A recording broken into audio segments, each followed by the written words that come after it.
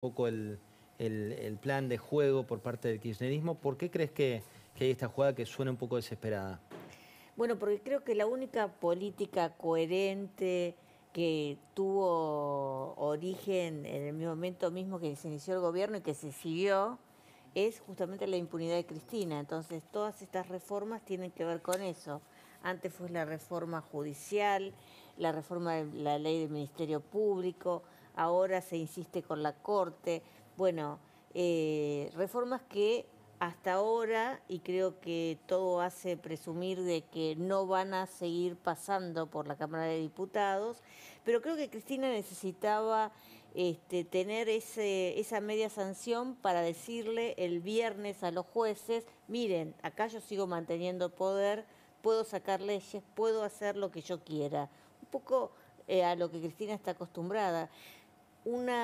Cuestiones que están muy lejos de la agenda de la gente y las preocupaciones de la gente, del jubilado. Recién veíamos con Luis que para comprar los medicamentos y llegar a fin de mes juntan basura de la calle. Los jubilados, yo vengo diciéndolo, lo hemos charlado con vos, son los nuevos pobres de la Argentina. Y esto es lo grave, lo que está pasando hoy. La gente que no tiene seguridad en la provincia de Buenos Aires, la plata que no alcanza, la inflación creciente, de esas cosas el gobierno no se ocupa y por supuesto están alejadas de las preocupaciones de Cristina. Vamos a charlar y mucho, ¿no?, de lo que pasa en política, de lo que pasa en economía, de las jugadas que vienen. Pero, Hernán Reyes, quiero compartir con vos esto que pasaba, que son declaraciones de Alberto Fernández sobre uno de los temas de agenda, en este caso de la política, pero vamos a traerlo para ver qué poder real tiene el kirchnerismo hoy. Mirá. Es como bien dijo Axel, es un debate que está abierto. Además ustedes hablan todos los días del debate, así que es un debate que está abierto, imposible de parar.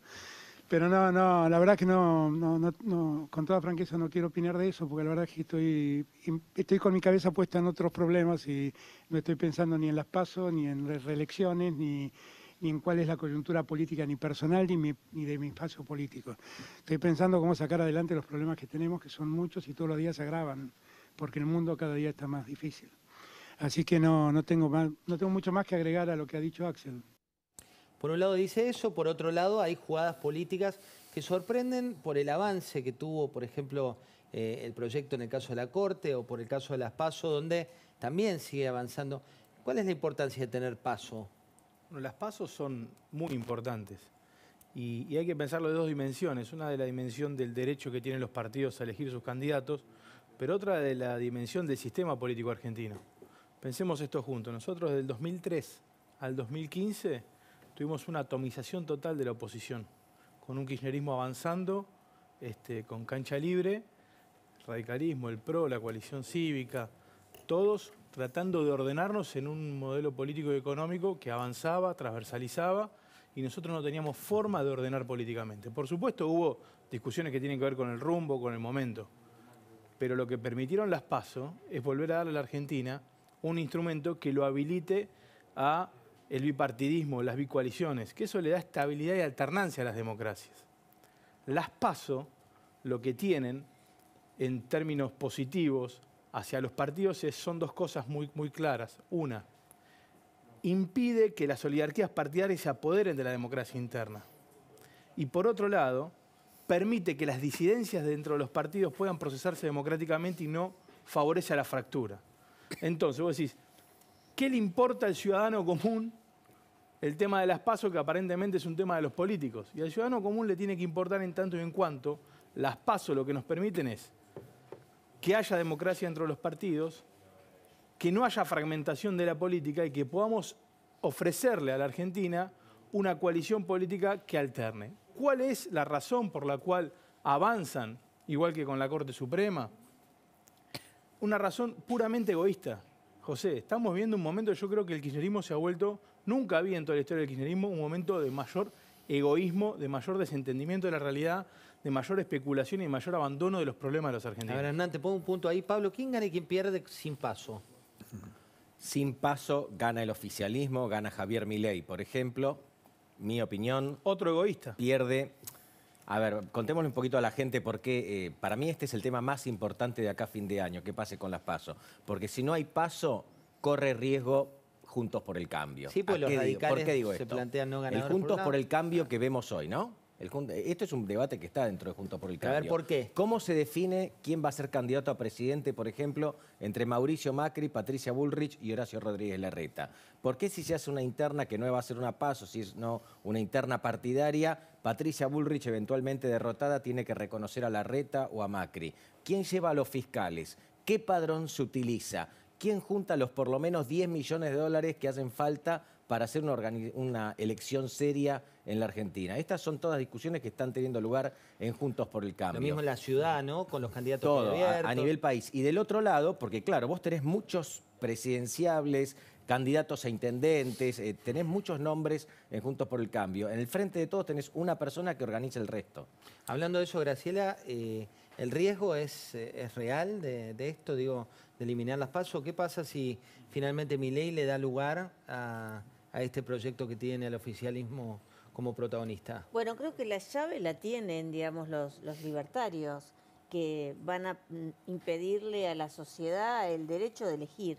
Yo creo que las reglas electorales no se pueden poner y sacar a gusto y piacere del partido de gobierno. Creo que eso es un error que incluso en algún momento hasta Juntos por el Cambio también estuvo tentado a cambiarlo en algún momento, de eliminar las PASO. Se puede hablar de eliminarlas, pero eliminémoslas no para el 23, sino para la próxima elección. Aparte, no se entiende cuál es el sentido, porque yo escucho a los libertarios, algunos que dicen, no, se gasta mucho dinero por un problema de una interna. Bueno, si es por eso, vayamos a la boleta única de papel. Cuando discutimos esto en el Congreso, en la Cámara de Diputados, donde dimos media sanción, una de las cuestiones que los kirchneristas nos decían, dicen, no, ¿por qué? La democracia no tiene valor, no tiene un valor económico. Entonces, ahora resulta que sí que tiene un valor económico, aparte, Graciela, y por eso hay que sacar las PASO. Yo creo que acá, evidentemente, al gobierno no les conviene, cree que con esto perjudica a la oposición y la oposición tiene que encontrar un camino. Digamos, acá hubo, yo recuerdo las PASO, especie de PASO en ese momento. Yo participé, porque trabajaba con uno de los grupos, entre Álvarez y Bordón, de lo que fue el FREPASO. Ahí participaron millones de personas y se pudo hacer una interna abierta, con reglas claras, donde uno ganó y el otro perdió, y bueno, y se reconocieron los resultados. Bueno, ahí, Federico, ¿qué preocupación te genera todo esto? Porque uno ve lo que decía Graciela recién, el rol que pueden tener o no los libertarios, que viéndose en su propio espejo, por ahí dicen, no, mejor que no existan PASO porque no les conviene del todo. Digo, en ese escenario, ¿qué desafío se plantea Juntos? Yo creo dos cosas. Desde el punto de vista de los libertarios sería una tremenda contradicción, porque está totalmente estudiado, lo dijo Patricia Bullrich el otro día en un artículo en un diario, está totalmente estudiado que los partidos, cuando se transforman en camarillas de dirigentes que deciden toda la vida interna del partido y no dejan que nadie se meta, eso es un fenómeno que pasa a nivel mundial e histórico, pasa siempre. Las PASO lo que hacen es romper eso y le dan el poder a la gente para que la gente elija a sus candidatos en vez de que los elijan 5 tipos que son los que manejan un partido. Entonces, eso es la casta. La casta son los 5 tipos que manejan el partido y que designan a dedo sus candidatos. Entonces, que Javier Milei, que su enorme popularidad depende del ataque a la casta, diga no va a votar la gente, va a votar la casta de los partidos, bueno, me parece una enfermedad. Así que espero que no cometa esa enfermedad. Y después la otra cosa que haríamos nosotros si hacen eso, haríamos una interna abierta, como dice Graciela. Haríamos una interna abierta como fue la de Menem Cafiero, o la de Chacho Álvarez y Pilo, o algunas otras. Creo ¿Y ahí que no pesan mucho las estructuras de los partidos? Pesan, molestan, son caras, molestan a la gente, pero bueno, si te ponen un revólver en la cabeza, lo que no puedo dejar es que se lleve la democracia a la casa. Así que espero que Milei no avale esa barbaridad. Hablando de democracia y la casa, ¿no? Está la idea de la reforma judicial que hablabas recién, Félix, desde la perspectiva de, por un lado, una Cristina que hoy está declarando en su causa, que la están juzgando a ella, ¿no?, por la situación de vialidad, pero por otro lado hay un avance concreto contra la justicia. ¿Cuál es tu referencia? Cuando uno analiza, te referís a la Corte. A la Corte, lo que quieren hacer con la Corte. Cuando uno analiza si la Corte tendría que tener más o menos miembros, en realidad se podría generar un debate técnico sobre eso, si está bien o está mal. Porque podríamos conceder que la Corte podría tener 7, 9 integrantes. Brasil tiene 11, Estados Unidos tiene 9, Canadá tiene 9, Paraguay tiene 7, Chile tiene 21, Colombia también, divididas en salas. Eso podría ser bueno o malo, técnicamente habría que verlo. Cuando el objetivo es el que presenta el kirchnerismo, así a las atropelladas y contradictoriamente respecto de sus propios actos anteriores, uno tiene más que mirar para atrás y ver que quién redujo la Corte de 9 a 5 miembros. Néstor Kirchner. ¿Quién ratificó eso en el año 2013 con otra ley emanada del Congreso en la época de Cristina, el mismo kirchnerismo? Por lo tanto, si eran 9 y tenían que ser 5, y ahora tienen que ser 25, y por un votito tuvieron que acceder a 15, a todo lo mismo. Da lo mismo 5, da lo mismo 9, da lo mismo 15, da lo mismo 25. Cuando uno ve que quien impulsa el proyecto no tiene la menor idea de dónde ir, entonces uno dice, no manoseemos a la Corte de esta manera.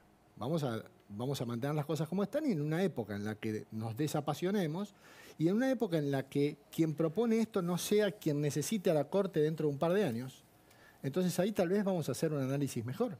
Pero mientras tanto esto es un delirio que no se puede admitir, y mucho menos con los argumentos que la ley ha planteado Mayans y Fernández Agasti, que hay que agilizar el trabajo de la Corte. Con 25, con 15 se va a agilizar, por un lado. Por otro lado, aumentó la población, dicen. Ese fue el argumento, la exposición de motivos. Pero cuando Néstor la bajó de 9 a 5, la población había aumentado 2000%. Ahí no pareció ser un problema. Hay que hacer que la Corte sea federal. La Corte no tiene que ser ni federal ni democrática. La Corte tiene que ser republicana. ¿Qué es eso de federalizar a la Corte? Si justamente las provincias intervienen en el proceso de designación de los jueces de la Corte, anda un acuerdo con 2/3 del Senado. Entonces, cuando uno advierte estos zigzag, estos vaivenes, evidentemente no puede sino pensar que esto no es serio y que de lo que se trata es en realidad de sacarse de encima el poder de estos 4 mafiosos, como dijo Parrilli, para que vengan otros amigos que eventualmente cuando Cristina dentro de 2, 3, 4 años necesite un fallo de la Corte le puedan ser más amigables. Que en ese caso serían unos mafiosos. Serían mafiosos serios, exactamente. Mirá, esto pasaba en el Congreso de la Nación. Veamos lo que decía Martín Lustó. Estamos debatiendo una reforma nada menos que a la Corte Suprema de Justicia de la Nación. Estamos debatiendo una vez más lo que ustedes quieren, cómo quieren y no el resto de las cosas que hay por debatir. Ya en julio del 2020 debatimos una reforma judicial que iba a costar miles de millones de pesos. ¿Ustedes se acuerdan que fueron creando cargos mientras se cambiaba la norma en el recinto? Miles de millones de pesos. Después hablamos de si las PASO son caras o no son caras. Un tiempito después, también en plena pandemia, estuvimos discutiendo una reforma al Ministerio Público Fiscal, a la manera de elegir y remover al procurador. Pero todavía no tenemos, ni siquiera se ha puesto a consideración el pliego que envió el presidente de su propio candidato, el procurador, ¿no? Todavía no tenemos acuerdo entre ustedes acerca de quién debe ser el procurador. Y hoy, mientras la inflación corre al 7% mensual, esto es que perdemos 7% de la capacidad de ingreso y de consumo que tenemos todos los meses, nuestro debate consiste en ampliar la Corte Suprema de Justicia de la Nación. Es cierto que se da en un contexto muy complejo, ¿no? Complejo para la economía, complejo para la política, complejo para los argentinos, pero también hay una decisión del norte del país, digo, cuando uno ve lo que se busca hacer con la Corte, ¿hay un espejo en otros países? Yo no veo espejo en otros países, las comparaciones con otras naciones que tienen cortes más amplias son totalmente forzadas. Yo creo que nosotros somos todos gente de bien que trata de buscar argumentos racionales para posiciones políticas que no tienen ningún tipo de racionalidad. O sea, que están pensadas solo para hacer daño y para ganar terreno en beneficio propio. Y cuando digo propio, digo de la propia individualidad de la vicepresidenta de la Nación, que es la posibilidad de impedir a la oposición organizarse y ordenarse de cara a las próximas elecciones, que es la posibilidad de meter miedo a los jueces a través de o una reforma judicial o denuncias en la calle o ampliando la Corte, cuando no va a poder poner ni un solo juez. Porque necesita 2/3 de los senadores para poner un juez de los 15. Con lo cual lo que está haciendo es, pues si no tendría que reformar la Constitución. Pero Entonces, espera, ahí te hago un punto, porque uno escucha todas estas razones en varios de los proyectos Sí. y después ves y decís, bueno, acá media sanción, acá lograron un avance, acá se acordó con tal. Digo, los 2/3 son así, es un tema fáctico, pero después no terminan avanzando. no, porque lo que está, yo creo, José, y por eso es la perversidad, y por eso es importante que nosotros rápido pongamos blanco sobre negro para que la sociedad pueda identificar a los decisores, a Milei, a los gobernadores, para no irnos en grandes debates y decir, miren, acá hay una jugada por parte de Cristina que es, 2, corrernos de los problemas de los argentinos que son diarios y permanentes y muy profundos, y la otra es buscar obstaculizar a la justicia y a la oposición y a los medios de comunicación también, haciéndolos autores del discurso de odio y por tanto autores intelectuales, si se quiere, por default de lo que pudo haber sido el atentado, para generar un estado de situación en la Argentina. Con lo cual, lo loco es que todo el país está atrás de la jugada de esta mujer. Y nosotros lo que tenemos que hacer es decir, miren, no van a pasar y rápidamente ir a la agenda que nos importa. Esto que decía Graciela, los jubilados hoy son los nuevos pobres de la Argentina y los pibes, cuando salga la indigencia y la pobreza, te van a dar cuenta que este gobierno nacional y popular está llevando a los pibes a la pobreza y al hambre de una manera escandalosa, porque no pueden parar la inflación, porque no nos pueden dar un sentido de país. Entonces, yo, José, quiero decir van a venir con estas y con 1000. Por eso es importante lo de Milei. Yo en Milei no creo, nunca creí en Milei. No creo que él vaya contra la casta, creo que él es la casta. Creo que él busca un lugar de privilegio y de poder egoísta que es capaz de tirar el mantel y agarrar lo que quede. La sociedad tiene que mirar ahí, la sociedad tiene que mirar a Schiaretti, la sociedad tiene que mirar a los gobernadores, la sociedad tiene que mirar a Camaño. ¿Qué van a hacer? Porque si nosotros no decimos esto, podemos irnos en argumentaciones, pero van a avanzar. Entonces yo diría, Cristina está jugada, nosotros tenemos que estar plantados y buscaremos la solución. Pero vamos a estar unidos. Por esto también hay que dar tranquilidad. Porque ¿qué buscan? Que nosotros estemos peleados. ¿Qué busca Milei? Que nos peleemos. ¿Qué busca Cristina? Que nos fragmentemos. Nosotros tenemos que decir, mire, nosotros le vamos a buscar primero nos vamos a plantar y después le vamos a buscar la vuelta. Como decía Federico, le podemos encontrar la vuelta, pero no porque ya vamos un paso para atrás. Pues estamos decididos a ir a fondo. Bueno, hablando de eso, Pablo, hay otra realidad y vamos a preguntarle también a Graciela